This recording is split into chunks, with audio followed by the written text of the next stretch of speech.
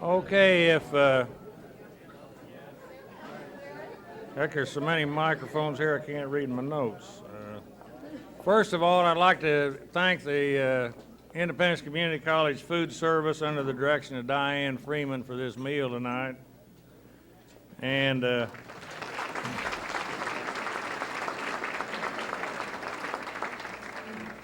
on the back of your program, under the acknowledgments, we do need to add the Independence Museum. By the way, that back page is the people that helped get this Halsey music course underway.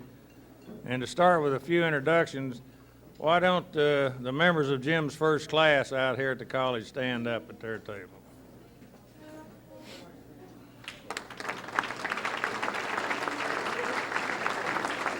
Thank you. I want to, first of all, there's 3 advisory boards: a college advisory board, a community advisory board, and a national advisory board. Would the members of the community advisory board for the Halsey Music Course stand up that are here? Yeah, that's all of you here. Yeah, and then the members of the college advisory board stand.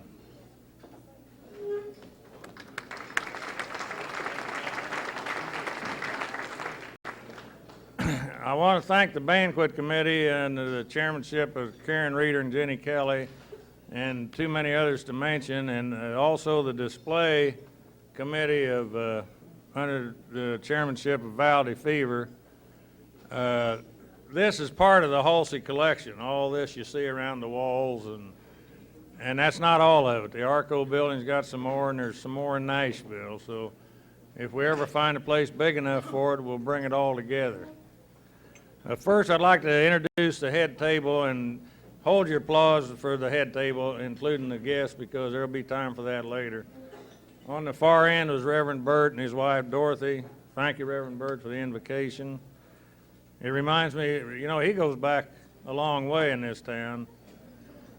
Back about 1962, he came to town, and I told Jim, I said, I hear there's a Presbyterian preacher over there that preaches pretty good sermons. And Jim said, well, maybe I'll go hear him. And he went, and he was standing there at the door shaking hands with Reverend Burt, and he said, I just want you to know, Reverend Burt, that's a damn fine sermon you gave this morning. And Reverend Burt said, well, I appreciate that, Mr. Halsey, but I'd rather you didn't use those terms in describing my sermon. He said, well, I thought it was such a good sermon, I put $200 bills in the plate. And Don says, the hell you did.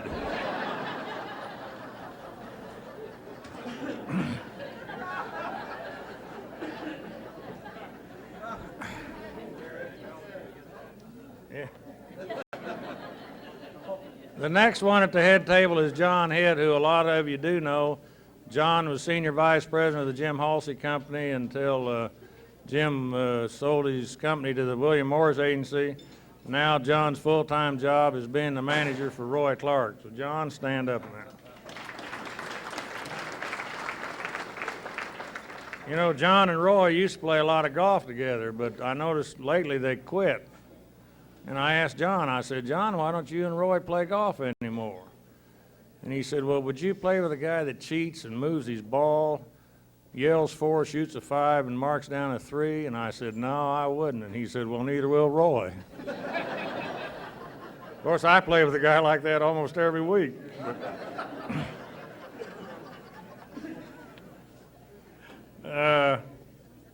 The next is Jim Fogelsong, who I'll introduce just a little later to have a few words. And then Hank's wife, Ann, and of course, Hank and Jim Halsey. And the other end is Johnny Western and his wife, Jo, and he'll have a few words about 8:25 for you about the radio show. He's from station KFDI. Dr. Schoening and his wife, Louise, from the president of the Independence Community College. He's got more vice presidents out there than the Citizens National Bank. In fact, I heard the Citizens Bank reorganized today. You know, when they reorganize, that's when they have more vice presidents than they do depositors. And the next is Roy Clark, and then my wife, Gwen. So,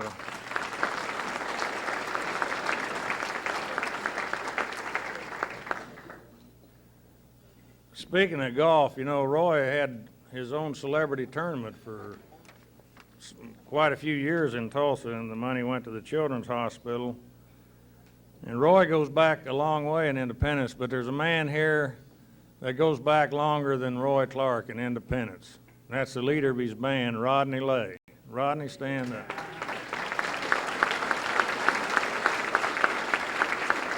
I told Roy a while ago, I said, Rodney was a big name in this town long before they ever heard of you. And he said, Rodney and the Blazers playing at the Sugar Shack. Now,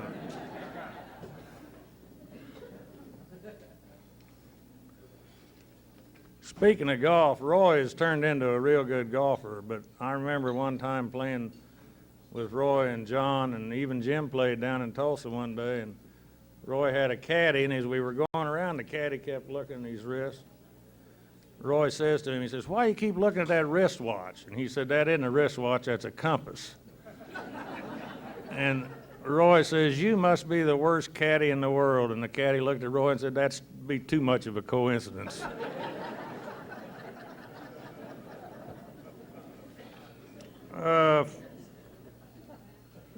Jim, what? I'll do like the preachers all do. I'll put it up there. So, Jim, will you want to step up here a minute, focus on?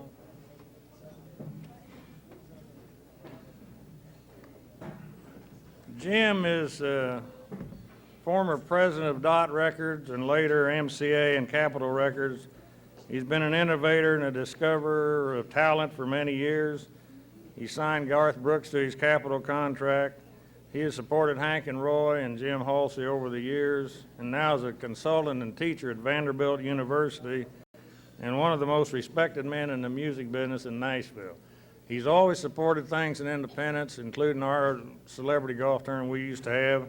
So Jim, the plaque reads, in commemoration of the historic first nationwide radio broadcast inaugurating the National Broadcasting Company radio network on November 15, 1926, which featured the performance of Will Rogers from the Memorial Hall Independence, Jim Fogelsong is recognized as a friend of Independence for his longtime support and association with the community, and is signed by Jim Halsey and Dr. Schoening, presented at the Jim Halsey Music Industry Banquet, November 15, 1994, Memorial Hall, Independence, Kansas.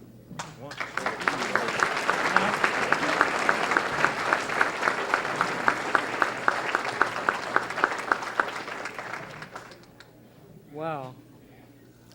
You know, I'm the luckiest guy you probably have ever seen. I've spent the last 43 years in something that I love, which is music. I've never met anyone who didn't like music, and it's a great profession to be in. As I was coming out on the plane today, Jim had asked me to say a couple of words tonight, and I had been thinking about it, and then I thought, well, I better write some of these things down because I'm starting to get scatterbrained, and a little of this and a little of that, and I need to bring it into focus, but I didn't have my little brown book with me, and I had no paper, and you know, a lot of the planes today don't carry stationery anymore. But I did find this nice piece of white paper in the pocket of the plane. Oh, it's a bag. Well, I can take home some of my Halsey matches. You can fill it up with Halsey. First, I want to bring you greetings from my wife, Tony, who has come with me every time except this time to Independence, and she has many friends here. She sends her love. Yes, we're still together. We're going to give our marriage another 43 years, and if it doesn't work by then, that's it. It's such an honor to be here. In the 43 years of the business of surviving, I've never thought of myself as an award winner of any type. I'm just a very fortunate person. I've worked hard, and I've survived, and I'm still surviving, and I've plan to do it a while longer. And I've had the opportunity to achieve many fantasies. I've been able to meet some famous people such as we have here tonight, and we have some very famous people. And I've never been blasé about that. I mean, tonight we are in the presence of greatness. Hank Thompson, who is a member of the Country Music Hall of Fame, a great innovator, this Western Swing Band, the Brazos Valley Boys, and his wonderful songwriting, which, in the opinion of most of the historians, which I'm not, set him apart from the other bands. It was not, he always had a great band, a great show, but his wonderful songwriting just elevated him to a different niche. Roy Clark, I've never known a more talented entertainer. Every country music star that goes into Las Vegas today or performs on national television owes a debt of gratitude to Roy Clark and his manager, Jim Halsey. Back in the early 70s when we got together, not too many people wanted to play country music on the national musical shows. But when they did, they wanted Roy Clark because he was the one. He could be a comedian, he could be an entertainer, he could sing, he could play, whatever. It's an honor to be here and be a part of this whole thing and recognize my friends. Someday, if they don't make it, they should all be in the Hall of Fame. The other thing I'd just like to say is I want to congratulate your college and your community for getting behind this music course. When I got in the business in 1951, there didn't really seem to be much of a future in the business. It was a bunch of former musicians, former performers making records, and there weren't any sophisticated marketing plans. But today the record industry alone is over a $10 billion industry, and that doesn't include the music publishing and all the other peripheral parts of show business. And today there is an opportunity for young people to get in the business and have great careers as accountants, as lawyers, whether they can use that musical training. I guess I'm an example of that. I'm an old music school graduate. Anyway, I don't want to spend any more time. I know time is of the essence, but it's a great honor to be here with you. I'm privileged and keep going. And Jim Halsey, you could not have a more eminently trained teacher than Jim Halsey to do this. I think you're very fortunate, but I can congratulate you for supporting this. Thank you. Thank you. Now, we are going to run maybe up to radio time before Dr. Schoening and Jim, so we may have to have a few minutes after the radio program. But right now, from the college are the musical trends under the direction of Ray Rothgibb and choreographer Renee Hines.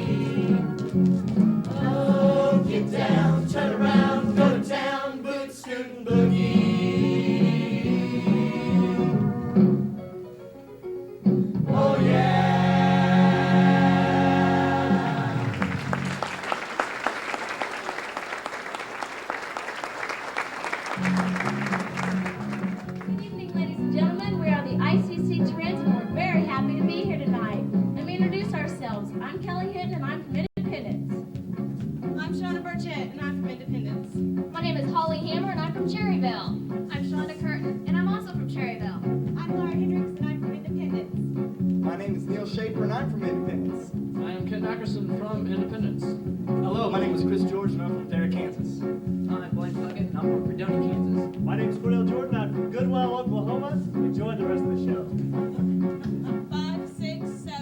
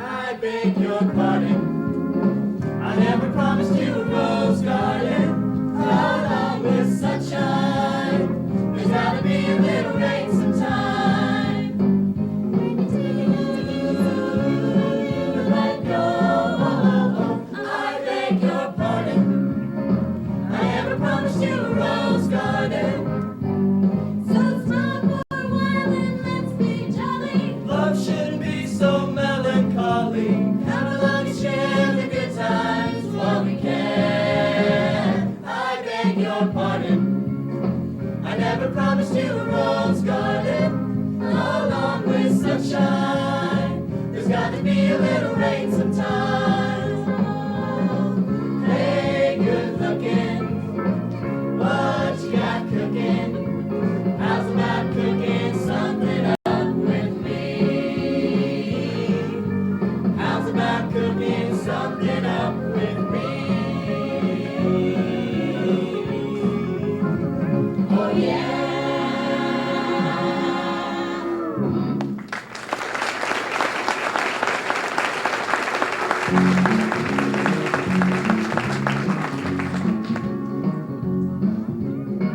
Out in the country past the city limit sign, there's a honky tonk with the county line. The joint starts jumping every night when the sun goes down. They got whiskey, whipping, music and smoke. It's where all the cowboy folks go to boot scoot boogie. Yeah, heel toe, do-si-do, come on baby, let's go boot scoot. Oh, Cadillac, blackjack, baby, meet me out back, we're gonna boogie. Oh, get down, turn around, go to town, boot scoot boogie. Yeah, heel toe, do-si-do, come on baby, let's go boot scoot. Oh, Cadillac, blackjack, baby, meet me out back, we're gonna boogie. Oh, get down, turn around, go to town, boot scoot boogie. I said, get down, turn around, go to town, boot scoot boogie. Oh, get down, turn around, go to town, boot scoot boogie. Oh yeah.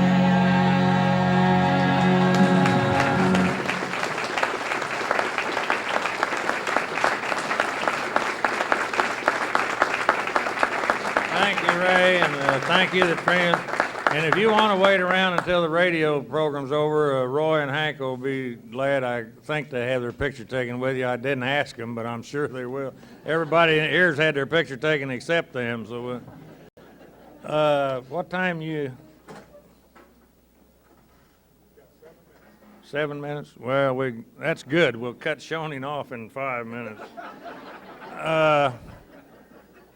There really is going to be a few minutes. We haven't heard from Jim Halsey yet, and we want Hank and Roy to say a few words besides what they have to say on the radio. So there's probably going to be another 10 or 15 minutes after the radio program. But Dr. Shonin, do you want to say a few words from the college? And you got 5 minutes.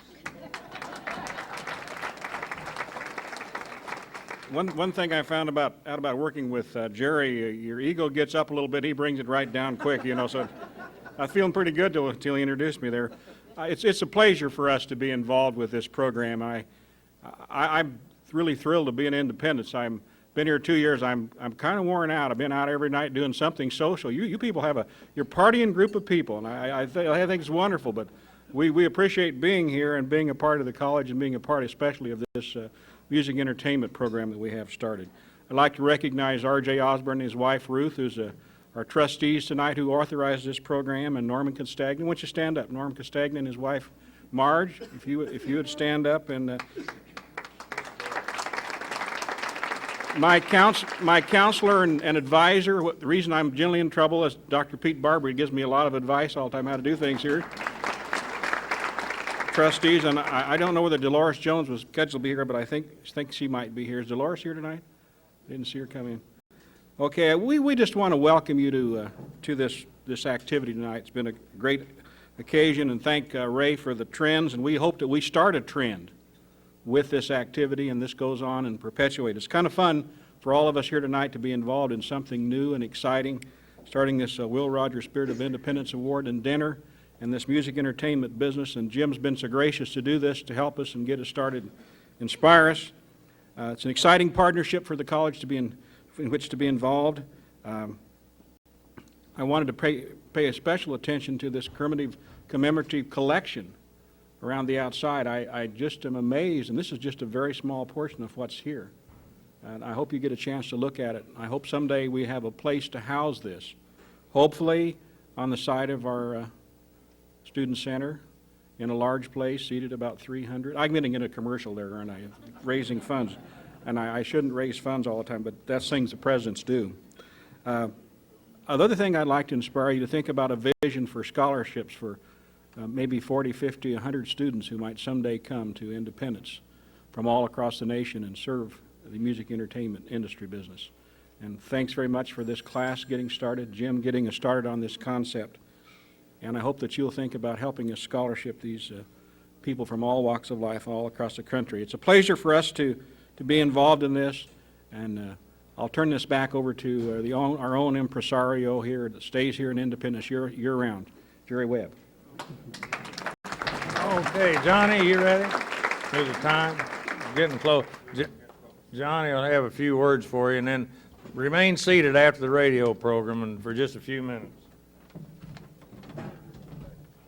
Thank you, Jerry. Ladies and gentlemen, I'm Johnny Western from the Radio Ranch KFDI in Wichita, the flagship station of Great Empire Broadcasting. John Spear, who you have been seeing with the headphones over there in the blue shirt, has worked very hard as a producer of this show and decided to come over and produce it right from here to make sure that we were going out on all of our network stations tonight. In between 35 and 40 states, plus Canada and Mexico, will be hearing these awards tonight on our Great Empire stations. Not quite as many as the original broadcast from NBC and that link-up that we'll talk about that came from Independence 68 years ago, but John has a pre-produced intro for me that you will not hear. It'll go out on radio precisely at 8:30, which is the time, of course, that Will Rogers started speaking 68 years ago from Independence. What he will do is give me a hand signal from over there, and when he does that, I will start, as we're doing right now, on this microphone and making an official welcome to our radio audience, which will be millions of people from Canada to Mexico. We are very proud to be here with you tonight. This is not my first trip to Independence. I was here in '29 right after the crash. And we intend to come back. Actually, Jim Halsey booked me here in 1966 for the Neowalla celebration. I played downtown, looked like Woodstock. 2 o'clock in the afternoon, Rusty Draper, Sue Thompson, Jerry Naylor, and I played for Jim. Neowalla 1966, and I've never forgotten it, so I have some ties here that go way, way back. It's going to be fun tonight, and we will go here in just about a minute and a half. So, as they say in the world of radio, please bear with us. This will be off of a hand signal because you will not hear the recorded, pre-produced intro produced by Mr. Spear. Once he gives me that hand signal, we're on the air. If you hear anything that you feel like applauding for, applaud loudly and loudly so that the rest of the nation can hear.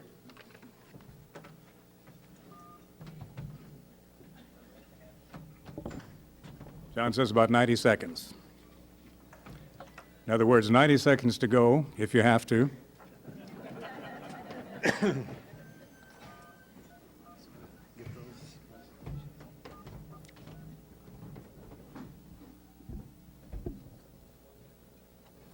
One minute to go.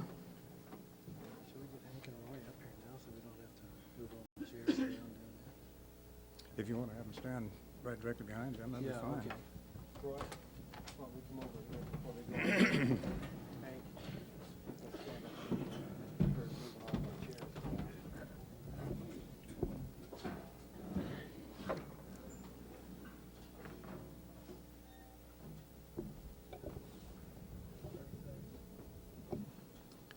We're at 30 seconds. Feels like a NASA countdown, doesn't it? Oh.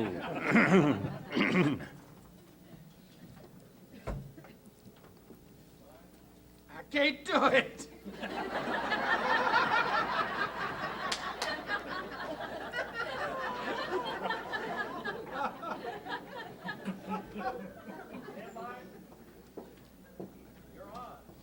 Good evening, ladies and gentlemen. I am Johnny Western from the Radio Ranch KFDI in Wichita, Kansas, the flagship station of Great Empire Broadcasting. And right now, we are being heard on KWKH in Shreveport, Louisiana, KVOO in Tulsa, Oklahoma, KTTS in Springfield, Missouri, WOW in Omaha, as well as our flagship station KFDI in Wichita. And we're broadcasting into between 35 and 40 states right now, as well as Canada to Mexico. This is the Will Rogers Spirit of Independence Awards coming to you live and direct from Independence, Kansas tonight. And on this date, this November the 15th in 1926, 68 years ago, right at exactly this time, Will Rogers spoke for the first time on the NBC network with their coast-to-coast link-up. The reason? He said, if you want me, NBC, you'll have to come to Independence, Kansas to get me, because that's as far as I'm going. Rogers was here, he spoke, the nation heard him, and tonight, in commemoration of that major event in the world of broadcasting, we are presenting in Independence the first annual Spirit of Will Rogers Award, Dinner, and Banquet. KFDI, Great Empire Broadcasting, Mike Oatman, Mike Lynch, all the people in charge of Great Empire, very proud to be part of this because of a long-time association with the gentleman who defies the saying that Tom Wolfe wrote that you can't go home again. I have known him personally as an entertainer for 42 years, as a friend for 42 years, and it's been a real pleasure and an honor to watch him do what he has done in our music business, because it all started right here in Independence, Kansas. He started in a small office in his folks' store here in this town, moved on to Tulsa, Oklahoma, on to Hollywood, California, and Nashville, Tennessee, and became one of the great eminent names in the world of country music as we know it today. One of the people who put country in that $10 billion category that you heard about here a little earlier this evening. And he is going to bring to the podium here in just a couple minutes to present some awards two great friends of mine. Another who I've known for 42 years that I've been privileged to work with as an entertainer and to have as a friend and a hunting buddy for those 42 years. The second I've known for nearly 35 years and worked with him here domestically in the US of A and also overseas during the Vietnam War. Two of the dominant entertainers and premier entertainers of our time, and to present those awards to them, proving that you can go home again. Ladies and gentlemen, Independence, Kansas' favorite son, Mr. Jim Halsey. Please make him welcome.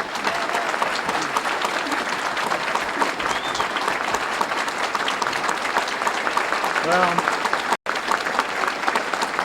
thank you, Johnny Western, and greetings to all of our friends that are listening on radio tonight and all of the people that are here gathered at this banquet in Independence, Kansas, commemorating the first network coast-to-coast broadcast of the National Broadcasting Company that was done on November the 15th, 1926. And in deciding that Independence should recognize this historic event, there was a decision to make an award, a Will Rogers Spirit of Independence Award. And this is done in cooperation with the Independence Community College, where we've just inaugurated a new music industry program. And these gentlemen, Roy Clark and Hank Thompson, came in to support this effort and to introduce this program to the community. And of course, two of my longtime friends, business associates, and of course I was involved with them for many, many years. But first of all, I would like to present to Hank Thompson this award. Hank and I officially became involved in May of 1950, 44 years ago, a little over. As an impresario here and a promoter, I brought him in to play dances here with these great Western swing band. And in December of 1951, he called me from Dallas, Texas, and said, Jim, I would like for you to be my manager and agent, just handle everything. His manager and agent, John Hitt, went on to another corporation, and Hank and I started an association that's lasted all this time. And I'm very honored tonight, of all the years that we have worked together, to recognize this great gentleman who has been an innovator and a first in country music and in entertainment. He's the first country music artist to ever record in high fidelity. He's the first country music artist to record in stereo. He's the first country music artist to ever cut a live and in-person album. Live at the Golden Nugget. It won many awards and was nominated for many more awards. Hank was on television many times. For the first time, a country music performer was on a show that was a non-country show back in 1952 and 53, the Perry Como show, the Kate Smith show, that didn't use country music, but Hank was the first and an innovator to present country music to a nationwide audience. Throughout his years, he sold many, many recordings, over a total of over 60 million recordings in his illustrious career. And in 1989, he was elected to the Country Music Hall of Fame.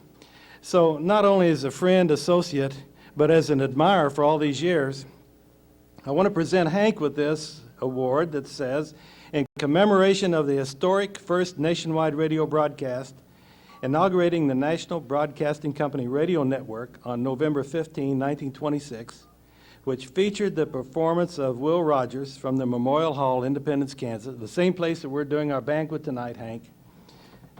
Hank Thompson is recognized with the Will Rogers Spirit of Independence Award for his great contributions to the world of entertainment.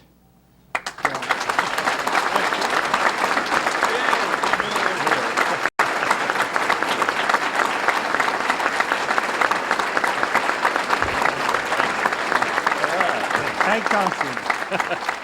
Oh, thank you. Well, Jim, I think you just about said it all.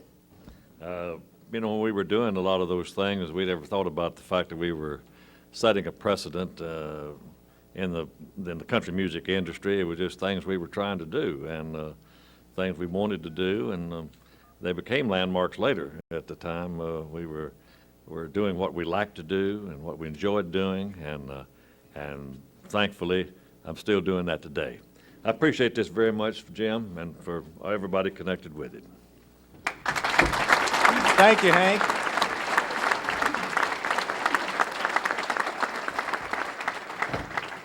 Well, another momentous occasion happened right here in Memorial Hall in November of 1959, 35 years ago. Roy Clark and I discovered each other. I was managing a group, Wanda Jackson and her band, and she had told me that she was hiring this fantastic guitar player to lead her band. And I thought, well, there are a lot of fantastic guitar players. But when she performed for the first time with Roy on the band, and we were listening and watching, I was in the audience watching, I thought, man, that's the greatest entertainer performer I ever saw in my life. And I still think that today. And there's never been anybody to beat him. He's made a lot of firsts, too, particularly for country music. He's gone places not only that country music has not gone, but where a lot of performers have not gone. In 1976, he was the first country music performer to travel to the Soviet Union as part of the State Department's Cultural Exchange Program. They'd never had country music before. We redid that historic tour in 1988, made an award-winning documentary television show from it. For the first time, Roy broadcast from Russia, the Soviet Union at that time, on the Voice of America. And they'd never had the Voice of America ever broadcast from the Soviet Union. And up until about 1987 and 88, they were blocking the broadcasts. He was the first country music performer ever to play the main casinos, showrooms in Las Vegas. And he's had so many more firsts that's paved the way, just like Hank had paved the way for a lot of young performers and a lot of young entertainers. Roy has paved the way for what you see, the explosion in country music today. And of course, he still has this great theater in Branson that he works from.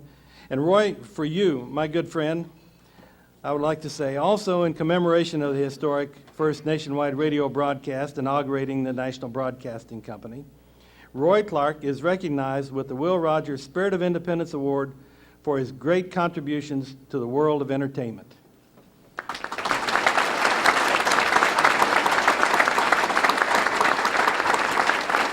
It's the way they do it in Russia.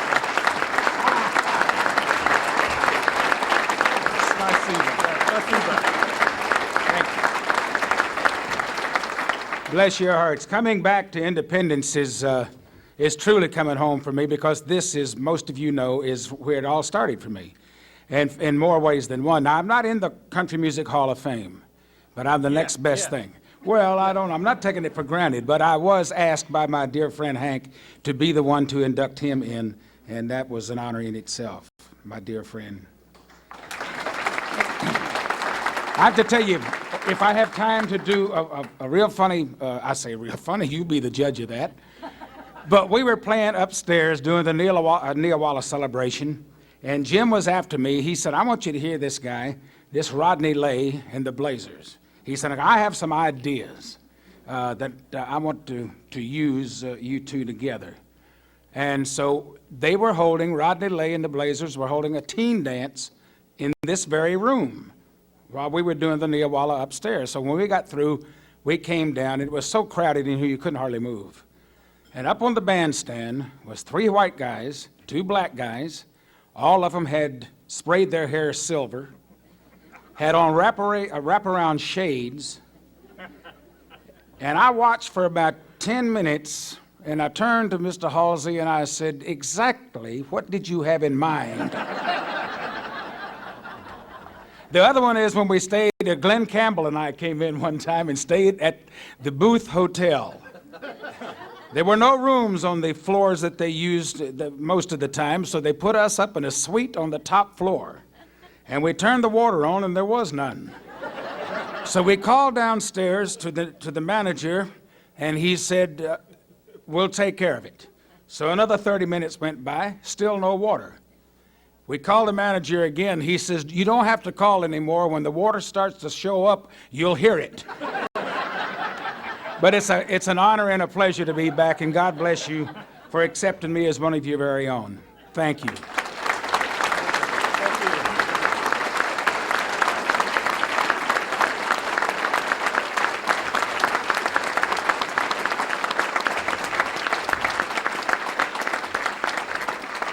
I want to thank Roy Clark and Hank Thompson for coming in and supporting our kickoff for this music industry program at the Independence Community College. And I want to thank Jim Fogelsong from Nashville coming, and my dear friend John Hitt, who's now Roy's manager, that started me in the business many years ago. So, Johnny, thank you for coming. And Jim, you have proved that you can come home again. In closing out our show, I'd just like to tell you that 42 years ago, when I got to work my first shows and first tours with Hank Thompson, he told me, kid, you owe a debt to other people in the business. You have to take them on tour with you like I'm taking you on tour with me. So some years later, I did just that in Tokyo with Roy Clark. I took him on a tour of the Tokyo bathhouses. We have enjoyed being here with you. John Spear is our executive producer for Great Empire Broadcasting. And the spirit of Will Rogers is definitely pervading Independence, Kansas tonight, although it's 68 years later. On behalf of everyone with the Great Empire Broadcasting System, I'm Johnny Western coming to you live from Independence, Kansas on the Radio Ranch.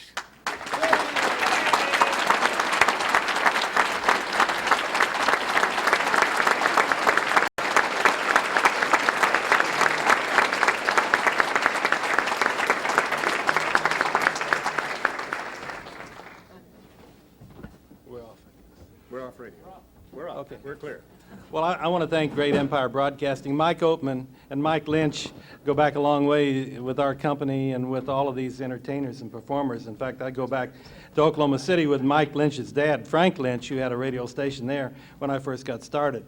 But they've supported our golf tournaments. They've supported everything that we've ever done. So, Johnny, I want to present on behalf of all of the stations, to all of the stations, this commemoration, the same as the others, recognizing this historic broadcast, but it says, to the Great Empire Broadcasting for recreating a live broadcast over their radio network featuring Roy Clark and Hank Thompson. And it's our thanks for you being here. Mike and Mike will be very proud. Thank you very much. Do we need to get a picture of, have you got a picture? The reporter? You haven't got one? Okay, you got both Roy and Hank and Johnny Western? Okay, great. Well, we'll see how it comes out.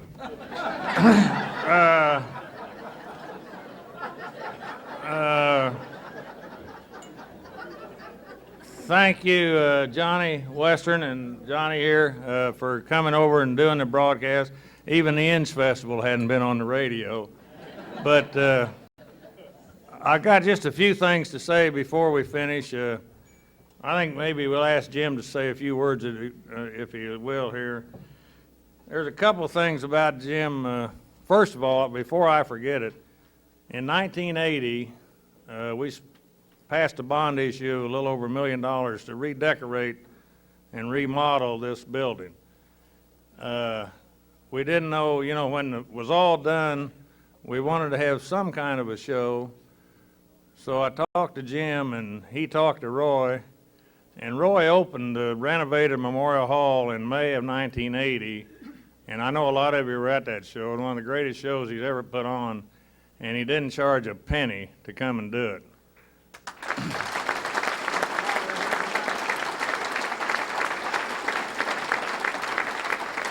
He told me tonight that Halsey's still mad about that because it cost him 20%. And I don't know if you know, but originally the Will Rogers program was put over NBC the night before it was on as being broadcast from Independence, Missouri. And we were having that trouble even in 1928 before Truman. But they did correct it the next day on NBC, but this is what was in the reporter on November 16th, 1926.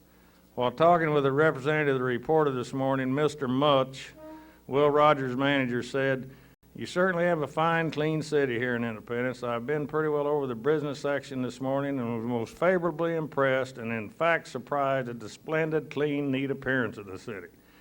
He went on to say about the announcement of the effect that it would be in Independence, Missouri, "Those birds back in New York know nothing whatever about this great western country, and of course they're excusable for their blunder." So that was Will Rogers' manager. Before we go, I want to make just a few comments about Jim Halsey. As a lot of you know, Jim and I go back even farther than Hank and Roy. We go back to the 7th grade. He went to Washington and I went to Lincoln, so we really didn't meet until the 7th grade. And it was that very year, and a lot of you have heard this story, that, what are you doing? Oh, when she starts groaning, that's time. But we were in the 7th grade, and the war had started the December before that. This was September '42. Well, Jim Halsey organized what became known as the Junior Marine Corps. And he had a bunch of us in the 7th and 8th grade coming over to the Washington School and marching in front of him every Saturday morning. And here's a paper, a copy of the Junior Leatherneck, published October the 3rd, 1942, General Jim Halsey, Commander.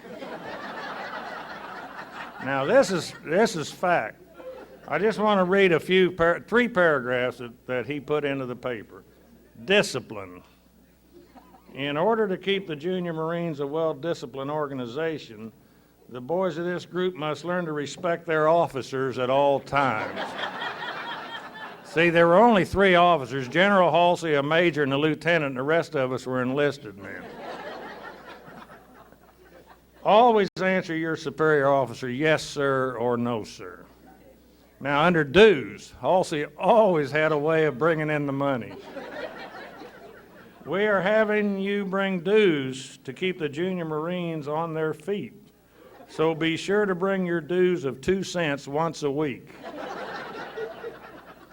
And then this last one I like because he didn't know what he was talking about here. He said, "If we discover any Heil Hitlering, you will be subject to court-martial and stand a chance of being kicked out of the Junior Marines."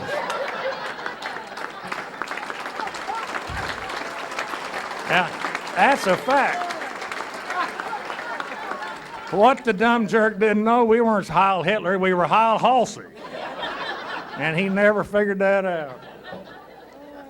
But Jim, why don't you and Hank and Roy, if you would, just say a few words off the radio to the crowd here. I tell you, Jerry was sore. He's still sore today because he never made it above corporal. And I don't know. I made it there 3 times. Anyway, I mean, a lot of people were promoted there. I mean, guys that brought me candy bars and things like that. Here's a vet here, Bob Scoville. Sergeant Major, see? He knew how to operate, Jerry. Dan Kelly was Dan's here. But I think I'm so happy tonight that so many of you came out to support this inauguration of the music business course at the community college here. And it took so many people to work on this, the decorations committee, the planning committee, the transportation, all the different committees. I mean, literally, as many people are sitting down here, probably every one of you had some job to do on this.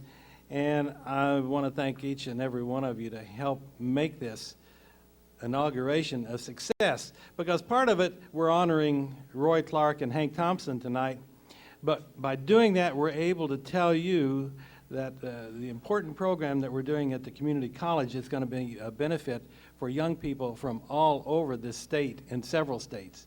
Music is the #1 interest of young people between 18 and 24, but most of them don't know that there's a business connected with it, and there are fulfilling creative jobs that they can be had in that business if they will train for them and become educated for them. So this is an introduction to those programs.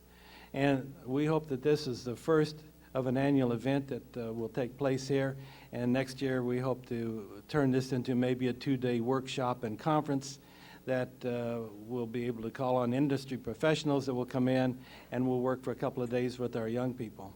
But Roy and Hank, come on up here, because this is... Hank started playing here in dances. Hank has probably played every type of engagement that there's been in Independence, from on the street at Newalla to the concerts in the hall here. And both Hank and Roy have a real feeling for the community here and have supported it. And I want to thank them personally for coming and taking their time to come in and be here tonight as part of this and help us to inaugurate this annual event of the Will Rogers Spirit of Independence Award. So if you guys have anything more to say, we'll close it out and send everybody on the way with good thoughts. Well, one thing that I would like to say in all seriousness, and if you knew me better, you know I don't blow smoke. One of the proud things about being associated with Independence, Kansas, is that the pride and the love of the people here who make this a place that you want to be part of and that you do want to come back to. And so that is, that's the good feeling that I've always had for you, and I thank you. And Brother Hank? Okay. Well, it's kind of remarkable, you know, how it came about Independence, Kansas, and because I was living in Dallas, Texas, and I was working there and on a radio station, and where I got acquainted with John Hitt, and John was booking some dates there for me and things through the radio, and so we got I got started organizing the band, and then the opportunity came to come to Oklahoma City, because Bob Wills had been playing the Trinon Ballroom in Oklahoma City, and he was moving to Dallas. So it was open, so I moved from Dallas to Oklahoma City. And so John had a family and was home there and everything, and he didn't want to move to Oklahoma. And so it came about that Jim had booked some dates for us in here in Kansas and Oklahoma, and so I approached him on the deal. He came to Oklahoma City, and I told him what I wanted to do, what I intended to do, and I said, "What do you think?" He said, "Well, when do we start?" So that's when it started in January of 1952, and Independence became then the first agency thing that Jim was doing with us, and from that time subsequent to that, and I'm glad to see that everything goes around, comes around, so we're back here again. Yeah. Hey, I would like to pass on to, I'm a great fan of radio and old radio shows and things like that. I get these tapes a lot of times when I'm traveling. I listen to some of the old programs and stuff, and I have a lot of the tapes of Will Rogers, and of course one of the great humorists, and he always had a way of making every situation funny. So like they asked him one time, the Standard Oil Company had asked him to be a speaker at their national convention in New Jersey. And they told him, said, Will, said, look, now, everybody that's in the oil business sells oil, petroleum products, so don't dwell on that. We want to people to know that we offer a service to the American people. That's what we're known for, is service, to stress that service. That's what the Standard Oil Company is all about. So Will got up to the audience, he said, ladies and gentlemen, says, I've been invited here by the Standard Oil Company to address you and to stress to you that the Standard Oil Company renders a service. He said, now, you know, it's important, that one little word. When I was just a youngster on a farm down in Oklahoma, that one day a neighbor came over and told my dad, said, Mr. Rogers, said, I'd like to borrow your bull for service. Well, they backed the truck up there, loaded the bull off. Will said, he turned to his dad and said, Dad, where they taking our bull, and what's this service mean? He said, "Oh, well, son, you're a little young. You'll learn about that later." Will said, well, you know, knowing that he knew that farm, he figured if he just go on down that creek bed and follow through a cane break up in there, and he could sneak over and look over in that neighbor's pasture and see what was going on. And he said, "Ladies and gentlemen, there is a young boy on a farm in Oklahoma looking through a knothole in the fence. I saw what the Standard Oil Company has been doing to the American people all these years."